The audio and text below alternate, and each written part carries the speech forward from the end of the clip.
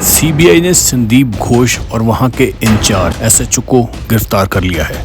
उन पर ये दोष लगे हैं कि उन्होंने हॉस्पिटल में हुई घटना के सबूतों के साथ छेड़छाड़ करने की कोशिश की है और बहुत सारे सबूतों को मिटाने की कोशिश की है।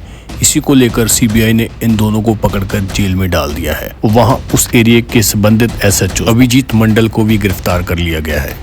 उन पर भी यही इल्जाम लगे हैं कि उन्होंने इस केस पर जो कार्रवाई की है वो बहुत लेट की है और उन्होंने सबूतों के साथ छेड़छाड़ करने की कोशिश भी की है। अभिजीत मंडल पर यह भी दोष लगा है कि उन्होंने इस केस में एफआईआर दर्ज करने में बहुत देरी की थी। इसी के साथ उन्होंने जांच प्रक्रिया को भी गुमराह किया था। 14 सितंबर की रात इन दोनों को गिरफ्तार कर लिया गया। संदीप घोष इससे पहले ही जेल में जा चुके थे क्योंकि जो हॉस्पिटल में करप्शन चल रही थी उसके मामले में संदीप घोष को पहले ही जेल में डाल दिया गया था।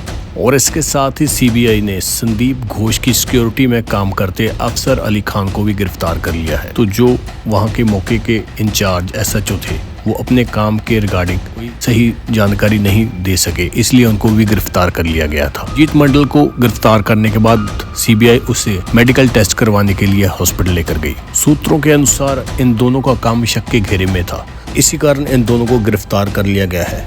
अब और बहुत सारी परतें खुलने की बात निकलकर सामने आ रही है। इन दोनों के गिरफ्तार होने के बाद पता चल रहा है कि और बहुत सारी बातें हैं जो किसी के सामने नहीं थी, वो निकलकर सामने आ रही हैं। पहले ही लोगों के द्वारा ये कहा गया था कि कोई ना कोई बात अंदर जरूर चल रही है जिसके कारण इस लड़की का कत्ल किया गया है और जिस बात पर शक किया जा रहा था, और जांच के दौरान उसी पर चलते हुए सीबीआई ने इन दोनों को गिरफ्तार किया है क्योंकि शक ये किया जा रहा था कि इन्होंने सबूत मिटाने के लिए वहां के बाथरूम को तोड़ा था। और वही बात निकलकर सीबीआई ने भी सामने रखी है कि उन्होंने सबूतों के साथ छेड़छाड़ की है। कोलकाता मर्डर केस में एक ऐसी बात निकलकर सामने आ रही है जिसको सुनकर आप हैरान रह जाओगे। सीबीआई की जांच में एक ऐसी बात पता चली है जिसको सुनने के बाद आपकी रूह तक कांप जाएगी। आरजीकर हॉस्पिटल के केस में हर दिन कोई न कोई नई बात निकलकर सामने आ रही है क्योंकि सीबीआई इस पे शिद्दत से काम कर रही है और जल्दी से जल्दी दोषी पकड़ा जाए के लिए नई से नई थ्योरी यूज की जा रही है जिससे दोषी पकड़ा जा सके। लेकिन अब सीबीआई को एक ऐसा सबूत मिल चुका है जो इस केस के लिए बहुत महत्वपूर्ण साबित हो सकता है। संजय रॉय जेल में बंद है। पहले उसका पॉलीग्राफिक टेस्ट हो चुका है, उसके बाद उसका लाई डिटेक्टर टेस्ट होता है। सबके बाद सीबीआई ने संजय राय के दांतों के टेस्ट लिए हैं, यानी दोषी के डेंटल इंप्रेशन और लार के टेस्ट लिए गए हैं क्योंकि इस केस में सबूत के तौर पर बहुत महत्वपूर्ण साबित हो सकते हैं। सूत्रों के हवाले से यही पता चलता है कि सीबीआई जेल में पहुंची थी इस टेस्ट को लेने के लिए संजय रॉय के पास, और वहां पे संजय रॉय के साथ 5 घंटे पूछताछ भी की जाती है और दांतों के सैंपल भी ले जाते हैं और लार के सैंपल भी ले जाते हैं। और ये भी पता चलता है कि सीबीआई ने संजय राय को एक नरम चीज दी और उस पे जोर से काटने और सॉफ्ट काटने को कहा गया जिसके सैंपल वो साथ लेकर चले गए। इसी प्रकार दोषी के दांतों के निशान सीबीआई के द्वारा दांतों के निशान लिए गए। और एक बात सोचने वाली कि उसके दांतों के निशान क्यों लिए गए। आप भी सोच रहे होंगे कि सीबीआई के द्वारा उसके दांतों के निशान क्यों लिए गए। तो आपको बता दें कि महिला डॉक्टर के शव पर कुछ निशान दांतों के पाए गए थे। इसका सीधा सीधा मतलब निकलता है कि उसकी बॉडी को नोचा गया था। ऐसी दरिंदगी उसके साथ की गई थी और ये किसने की थी इसकी जांच करने के लिए ही सीबीआई ने संजय राय के दांतों के निशान लिए हैं। और इस बात की पुष्टि पोस्टमार्टम रिपोर्ट में भी हुई है कि लड़की की बॉडी पर दांतों के निशान पाए गए हैं। सीबीआई शव के निशानों को संजय राय के दांतों के निशानों के साथ टैली करना चाहती है कि ये सच में इसकी है या किसी और के हैं, और CFSL में इसको जांच के लिए भेजा गया है। और ऐसा करने के लिए सीबीआई ने कोर्ट से अनुमति ली थी, जिसके बाद संजय राय से 5 घंटे पूछताछ की जाती है और उसके दांतों के सैंपल लिए जाते हैं। इसको अदालत ने बुधवार को मंजूर कर लिया था। सीबीआई इस केस को सुलझाने के लिए हर प्रकार काम कर रही है। संजय राय के दांतों के निशान भी इसीलिए लिए गए हैं ताकि लड़की की बॉडी से जो निशान मिले हैं उनके साथ मैच कर ये देखा जा सके कि ये सच में निशान संजय राय के हैं या किसी और के। और इसके साथ ही संजय राय का नार्को टेस्ट के लिए अनुमति नहीं मिली थी कोर्ट की तरफ से। संजय राय को मैजिस्ट्रेट के सामने पेश किया गया था। यहाँ पर संजय राय ने नार्को टेस्ट के लिए मना कर दिया था। इसके बाद जब कोर्ट में सुनवाई होती है तो सीबीआई की इस बात को खारिज कर दिया जाता है कि संजय राय का नार्को टेस्ट नहीं होगा।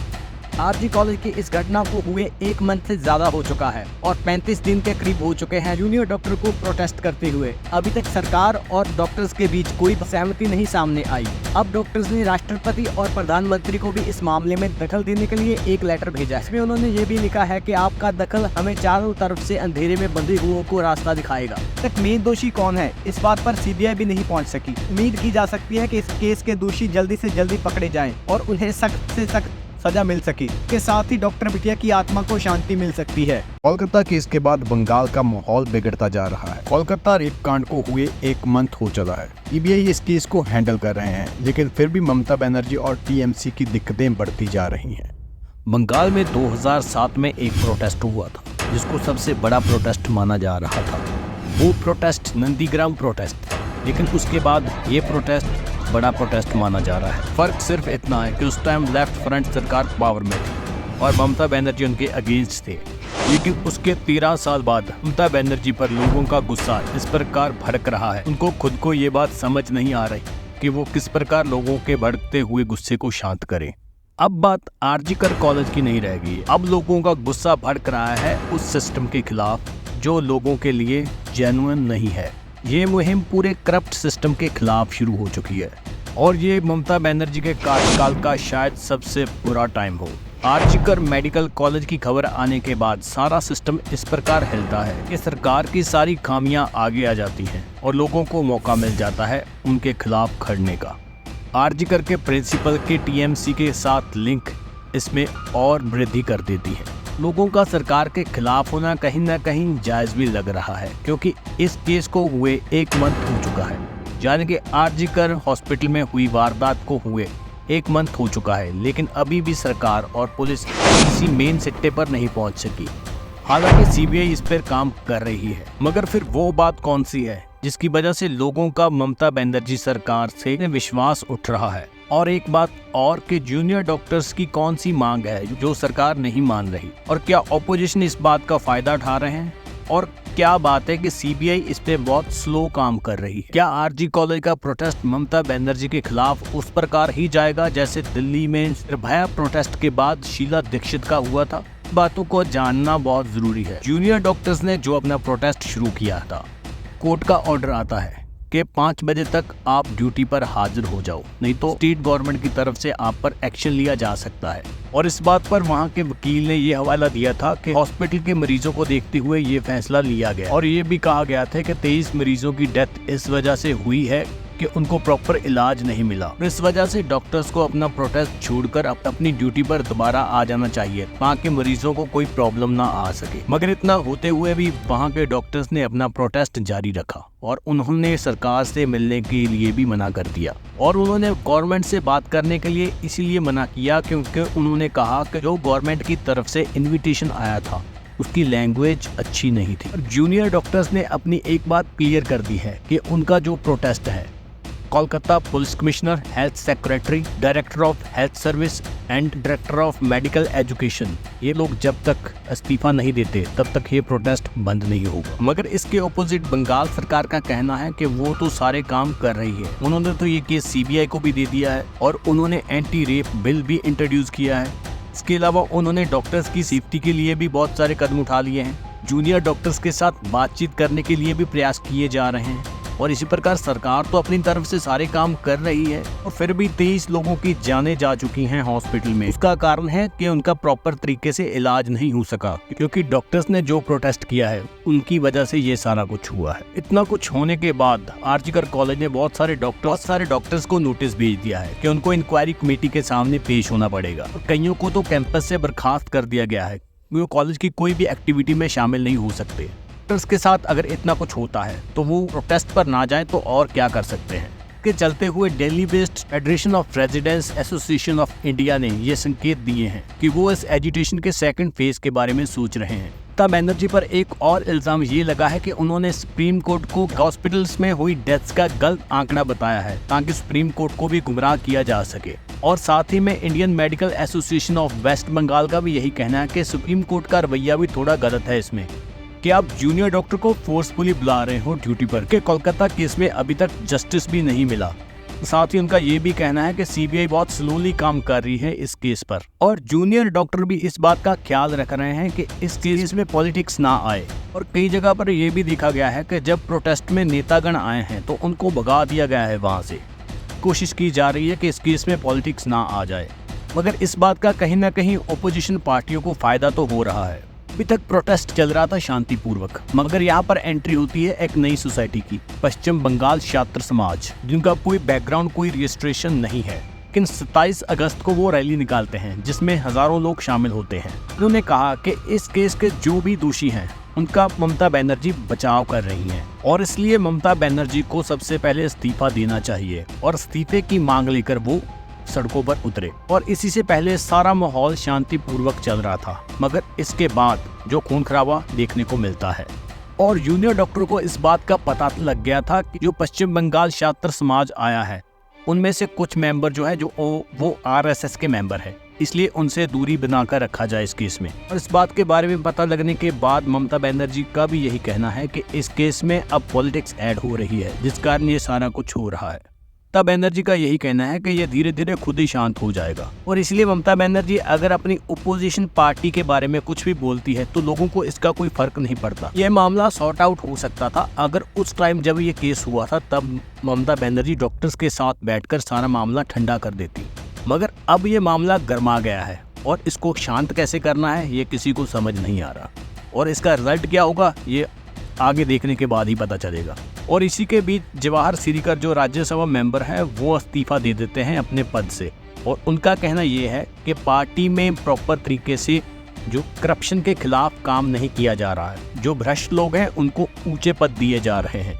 और उनका ये भी कहना है कि मुझे लगता था कि ममता बनर्जी जो आरजी कर कॉलेज की मामला है वो उसको जल्दी शांत कर देंगी, उसको जल्दी सॉर्ट आउट कर देंगी, लेकिन उनसे ये नहीं हुआ। उनका कहना है अब जो कदम वो ले रहे हैं वो सही नहीं है, उसमें बहुत देरी हो चुकी है। अब लोगों का गुस्सा इस प्रकार बढ़ चुका है कि इनको शांत करना थोड़ा मुश्किल लग रहा है। लोगों का भी यही कहना है कि सीबीआई के आने से पहले पुलिस ने इस केस को बहुत बार दबाने की कोशिश की है, बहुत कुछ ऐसा किया है जिससे इस केस को बंद किया जा सके और इसीलिए लोगों में आक्रोश और गुस्सा भी है इस केस के लिए कि जिस प्रकार ये घिनौना काम हुआ है उसको जल्दी से जल्दी दोषियों को पकड़कर उनको सजा देनी चाहिए थी। लेकिन इसमें 1 महीना बीत चुका है लेकिन अभी तक कुछ भी क्लियर होकर सामने नहीं आया कि कौन दोषी है और क्या चल रहा है इस केस में। और जिस प्रकार आरजी कर कॉलेज में उस बाथरूम को ढाकर सबूत मिटाने की कोशिश की गई है, लोगों में इस बात का भी गुस्सा है कि उन्होंने कोशिश की है सबूत मिटाने की। और ऐसी बहुत सारी बातें हैं जिनको सुनकर, जिनको देखकर लोग भड़क गए और लोगों ने सरकार के खिलाफ होने का फैसला ले लिया। जिस प्रकार ये घिनौना काम होता है उसके बाद प्रिंसिपल को वहां से हटाकर दूसरी जगह पर भेज दिया जाता है ट्रांसफ़र करके, यानी कि उन पर एक्शन लेने की बजाय उनका ट्रांसफ़र कर दिया जाता है। हालांकि बाद में प्रिंसिपल पर एक्शन ले लिया गया था, मगर लोगों में आक्रोश तभी आ गया था जब ये सारा कुछ देखने को मिल रहा था। मगर लोगों का यही कहना है कि ममता बनर्जी इन्वॉल्व है इस केस में, जिस वजह से जो दोषी है वो बचा जा रहा है। के बाद जब सीबीआई जाती है, संजीव घोष के घर इंक्वायरी होती है तो बहुत सारे नए चिट्ठे खुल जाते हैं जिसमें खास पता चल जाता है कि वो दोषी हैं और उन्होंने ऐसे काम किए हैं जिनकी वजह से ये सारा कुछ हुआ है। अगर ये इतना घिनौना केस ना होता तो शायद ठंडा हो सकता था, मगर इसमें हुआ क्या, अगर कोई हॉस्पिटल के अंदर लेडीज डॉक्टर सेफ नहीं है तो बाहर क्या कुछ हो सकता है, ये सोचने वाली बात है। और लोगों में भी इस बात का ही गुस्सा है कि सरकार को सख्त से सख्त एक्शन लेना चाहिए था क्योंकि हॉस्पिटल के अंदर ये काम हुआ था। और इसी बात का मुद्दा उठाना तो बनता है कि कहाँ है हमारी सेफ्टी, कहाँ है औरतों की सेफ्टी। और अगर औरत अपने काम पर सुरक्षित नहीं है तो बाहर उसका क्या कुछ हो सकता है। इसी बात के लिए लोग अड़कर खड़े हो गए हैं क्योंकि जो बातें निकलकर सामने आ रही हैं उनमें से यही बात क्लियर हो रही है कि ये वुमेन सेफ्टी का मामला है। मृतक को वहाँ की सिचुएशन के बारे में पता लग चुका था कि यहाँ पर क्या कुछ चल रहा है और यही माना जा रहा है कि उसको एलिमिनेट करने के लिए ये कुछ हुआ है। और यही कारण है कि इस स्टोरी को सबके सामने लाना बहुत ज़रूरी है कि वहाँ पर क्या कुछ चल रहा था, किस वजह से इतना बड़ा कदम उठाया गया। क्या इस वजह से उसका सफाया किया गया कि उसको सारा कुछ पता चल चुका था और वो सारा कुछ लोगों के सामने रखने जा रही थी?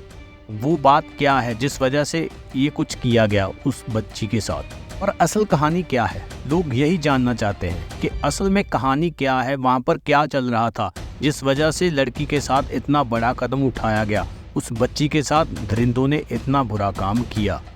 जो बात सरकार के लिए खतरनाक साबित हो सकती है वो ये है कि इसमें एक तो स्टूडेंट इन्वॉल्व है, दूसरा ये इसमें लेडीज़ इन्वॉल्व है। एक लड़की के साथ घिनौना काम हुआ है और इसकी एंडिंग कहाँ पर होती है ये सोचना तो बहुत मुश्किल है। मगर ऐसे प्रोटेस्ट बड़ी बड़ी सरकारों को गिरा सकते हैं और यही कुछ अभी देखने को मिल रहा है। अभी ये भी बात सामने आई है कि 30 मेंबर्स की टीम सरकार को मिलने के लिए राजी भी हो गई है। यही देखना बाकी है कि रिजल्ट क्या निकलता है। अगर थोड़ी सी कोशिश सरकार भी करती है नीचा होकर बात करने की, तो शायद सारा कुछ सॉर्ट आउट हो भी सकता है।